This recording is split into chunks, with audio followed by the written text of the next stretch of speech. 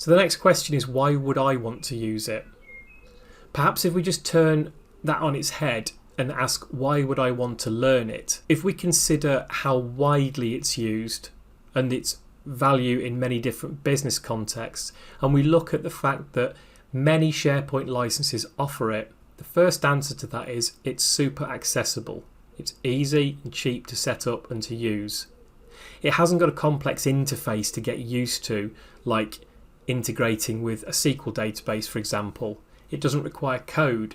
Everything you do can be point and click. It can carry large volumes of data for you of different types, from videos to lists to documents, even to applications that it can expose. It can offer an intranet, it can be a video hub, it can be a document flow site. It has a wide variety of uses that you may be able to put it to, all relatively easily. And that is the beauty of SharePoint, is it sits as a very easy to use service, and it's also a service which integrates at the click of a few buttons with many of the other Microsoft 365 services in ways that SQL perhaps doesn't, or Excel doesn't.